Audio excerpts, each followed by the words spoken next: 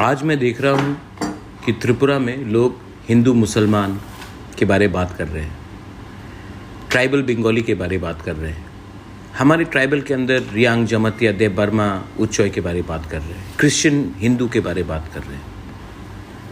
कोई डेवलपमेंट के बारे बात नहीं कर रहा है, कोई एकता के बारे थानसा के बारे बात नहीं कर रहा है, कोई रास्ते के बारे बात नहीं कर रहा है, कोई कल नौकरी के बारे बात नहीं कर रहा है। सब धर्म के नाम में या फिर एक दूसरे से लड़ने के नाम में बात कर रहे हैं। ऐसा क्यों हो रहा है? ये जहर कौन फैला रहा है? मैं आपको बोलना चाहता हूँ और अपने तिपरा मोथा के वॉरियर्स को बोलना चाहता हूँ, आप हिंदू हो, मुसलमान हो, क्रिश्चियन हो, मैंने ये पार्टी किसी के बी टीम होने के लिए नहीं बनाया था। हमारा आइडियोलॉजी हमारा खुद का आइडियोलॉजी है और हम लोग अपने लोगों के साथ हैं, अपने अधिकार के साथ हैं, अपने संवैधानिक कॉन्स्टिट्यूशनल राइट्स के साथ हैं। हमने अपना एक पॉइंट भी गिव अप नहीं किया है और ना गिव अप करेंगे। लेकिन जब अन्याय होता है, हम लोग आज अलायंस में हैं, लेकिन अगर कोई किसी को मारा जाता है, किसी के ऊपर अटैक होता है, अगर वो गलत काम है तो हमें आवाज़ उठाना चाहिए, क्योंकि हम पावर में आए हैं लोगों को मदद करने के लिए, चुप बैठने के लिए नहीं आए हैं।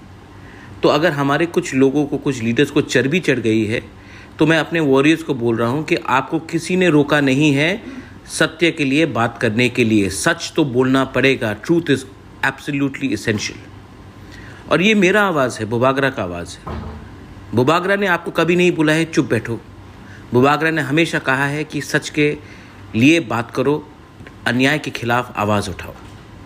तो मैं आप सबको बोल रहा हूँ, एक रहिए, सबसे बात कीजिए और अपने आप को आइडियोलॉजिकली और पॉलिटिकली अलाइव रखिए। आपको अलग बन के ही काम करना है। आपको चुप बैठने के लिए मैंने ये पार्टी नहीं बनाई। तो जब करप्शन होता है, आवाज़ उठाइए। जब किसी के खिलाफ अन्याय होता है, कोई गरीब को मारा जाता है, अन्याय उठाइए।